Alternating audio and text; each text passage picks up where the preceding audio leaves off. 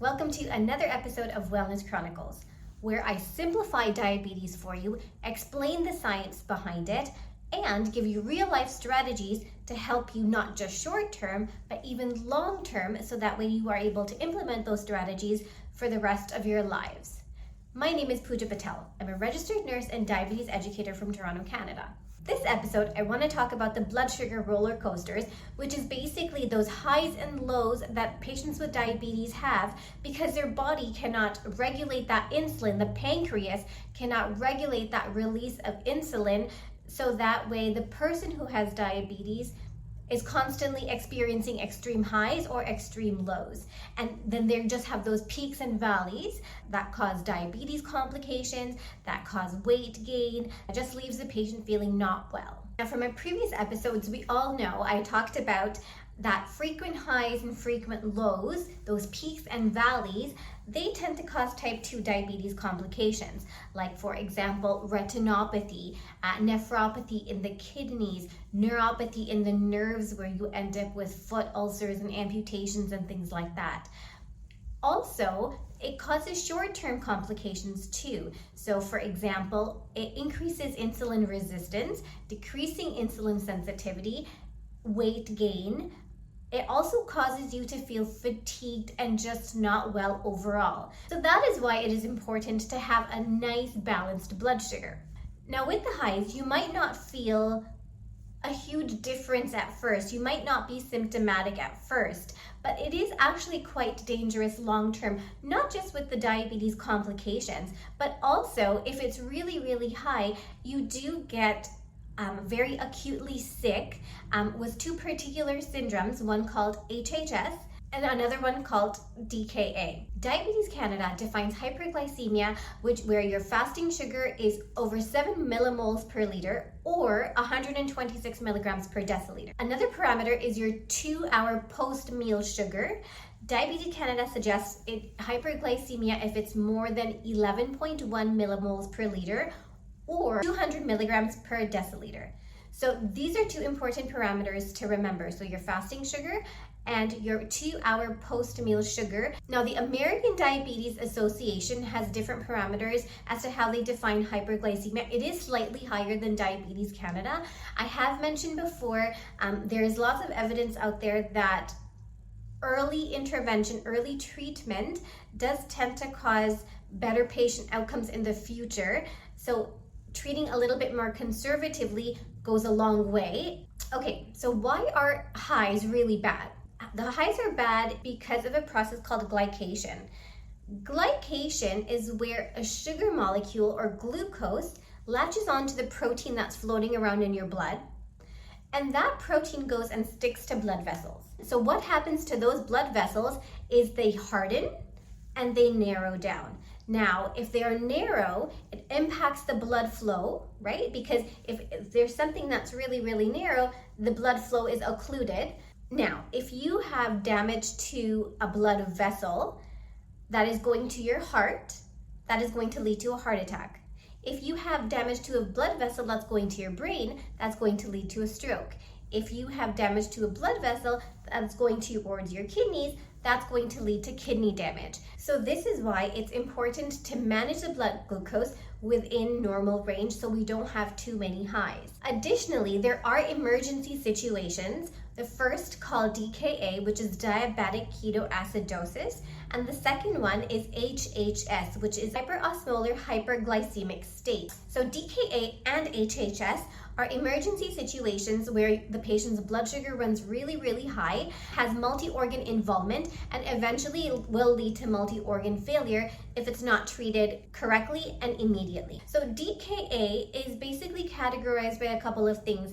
It's categorized by the absence of insulin in the body, and it's categorized by the presence of ketones in the body. So these ketones, they actually build up in the bloodstream and they cause multi-organ damage, especially the kidneys. So how does this get treated? So a patient who is diagnosed with DKA, they get severe fluid resuscitation, so lots and lots of fluids. Severe electrolyte resuscitation, also lots and lots of electrolytes are pumped into them to normalize what their electrolytes are. And they're also put on insulin therapy because they don't have insulin in their bodies in a state of DKA. So a patient who presents with DKA usually has fruity breath, difficulty breathing, which is called Kosumal breathing. And so those breaths are basically like air hunger, that they can't breathe. Another symptom that is quite common with patients with DKA is severe stomach or abdominal pain. So if you have diabetes type 2 or type 1 and do take insulin especially, it is very important to look out for these symptoms. And if you do have any of these symptoms, please head straight to the hospital. Don't ignore these symptoms. This is a very emergent situation. Now, if we talk about the lows, the symptoms for low blood sugar are more immediately life-threatening, because what tends to happen when you have low blood sugar is basically you don't have any energy to function, and your brain only uses glucose as a form of energy. So if you think about it, if your brain doesn't have any energy to function, how will the rest of your body function? So the symptoms of low blood sugar include shakiness, dizziness, confusion, sweating, tremors, even seizures or loss of consciousness. So Diabetes Canada and ADA, which is the American Diabetes Association, have categorized all these symptoms into mild, moderate, and severe hypoglycemia. So with mild and moderate hypoglycemia, you are able to self-treat. So you're able to orally have that glucose that your body needs immediately. With severe hypoglycemia, the patient is unable to do that either because they have lost consciousness or the symptoms of hypoglycemia are so much so that they are not able to self-treat. So your blood sugar in severe hypoglycemia is less than 2.8 millimoles per liter, or that's less than 50 milligrams per deciliter. Needless to say, this is an emergency situation. Immediate intervention is required so that the symptoms do not escalate. So if you have mild to moderate hypoglycemia, how do you treat it? So you treat it with 15 grams of glucose. So that includes 6 lifesavers, 150 mils of juice or pop, 1 tablespoon of honey, or 3 packets of white sugar. Now, once you have treated your hypoglycemia, you check your sugar after 15 minutes, and if not over 4 millimoles per liter or 72 milligrams per deciliter, then you retreat again with 15 grams of sugar again. Now, evidence does suggest that 15 grams of sugar typically tends to provide symptom release for most people and will increase the sugar by 2.1 millimoles per liter within 20 minutes. But this may still leave you feeling off, so tired, fatigued, confused, disoriented for a short period of time. Now, there is some evidence that says that it takes approximately 4 hours to recover completely from a hypoglycemic episode. I once had a patient who was 84 years old. She could not swallow her food, so she needed to have a G-tube placed. And so she had her surgery, her G-tube was placed, and when I went to go check her fasting sugar was actually 2.4. Needless to say, this completely put me into shock and set me into a panic. But I was checking her and what she looked like. She was awake and she was alert. Because she was nonverbal, she was not able to respond to me, but she was awake. Her eyes were open. So very quickly, what I did was I took 3 packets of sugar, which is 15 grams of sugar. So I took 3 packets of sugar and rubbed it into her gums and under her tongue. So that way this would increase her sugar. Now, instead of going to take care of the rest of my patients that I had that day, I actually sat with her to make sure that she was going to be okay, because her sugar was very low, especially for her age. So now after 15 minutes, when I did check her sugar, thankfully came up to 4.2 millimoles per liter. So what to take away from this incident is not everybody will experience hypoglycemic symptoms the exact same way, because maybe their bodies are just very, very used to those lows or used to those highs. So this is why it is so important to check your blood sugar frequently, especially if you are on insulin and if you do take medications, oral medications that cause hypoglycemic episode. Also of note is when you do have a hypoglycemic episode, it is important not to take more than the 15 grams of sugar, because what will happen is you will have a rebound effect. So if you treat with more than 15 grams of glucose, then maybe that's going to be a little too much for your body to take, and instead of just normalizing your blood sugar, it will set you into a high. So again, remember, that's just those peaks and valleys.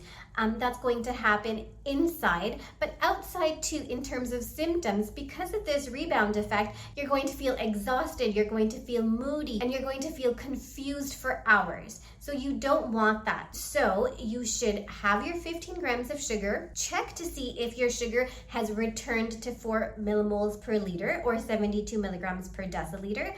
And if not, retreat with another 15 grams of sugar, and then check in another 15 minutes, which typically should have done the job. Okay, so let's look at the research. There were 3 trials that were done, 2 in patients with type 1 diabetes and 1 with patients with type 2 diabetes, which is called the DCCT trial.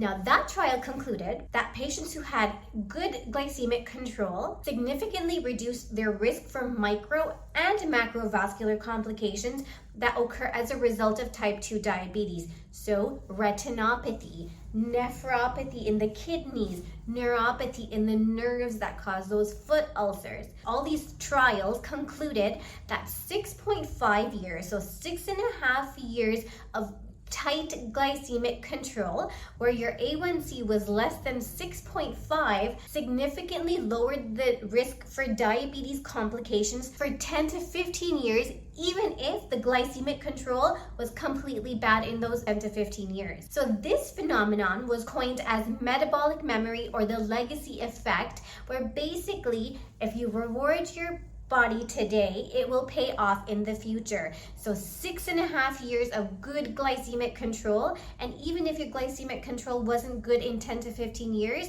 your body would still reward you and not have those diabetes complications. And how do you do this? How do you have good glycemic control? Well, nutrition, exercise, and lifestyle habit. There are 4 strategies that I'm going to suggest to you to stay off that high-low roller coaster. The first one is recognize your triggers. What caused those highs? What caused those lows? The second thing is time your snacks.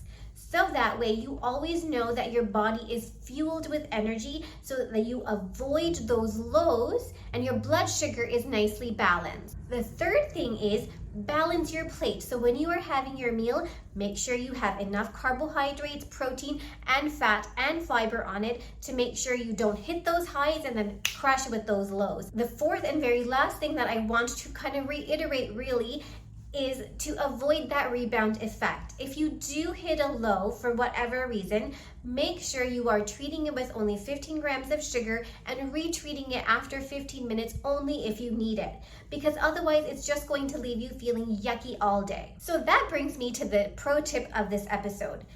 My pro tip is to track patterns, not numbers. So a single high or a single low, it does not define your diabetic journey. But recognizing those patterns, recognizing those triggers, they will empower you as to how to prevent them. So do not ignore the symptoms that your body is sending you. If you reward your body today with good, tight glycemic control, it will reward you in the future. Check your fasting blood sugar and your 2-hour post-meal sugar, and keep a food diary to understand the patterns, understand those triggers, what causes the high, what causes your lows.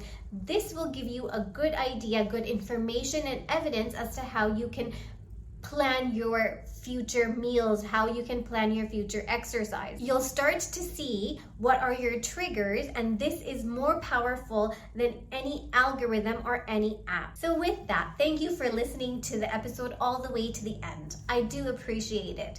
If you took away any important information or any information that you found important for you or your friends or your family members, don't forget to share and don't forget to subscribe. It's absolutely free, so that way I can create more content for you that is evidence-based and expert, so we can have a healthier, happier community. So until the next episode, stay healthy, stay happy, stay kind.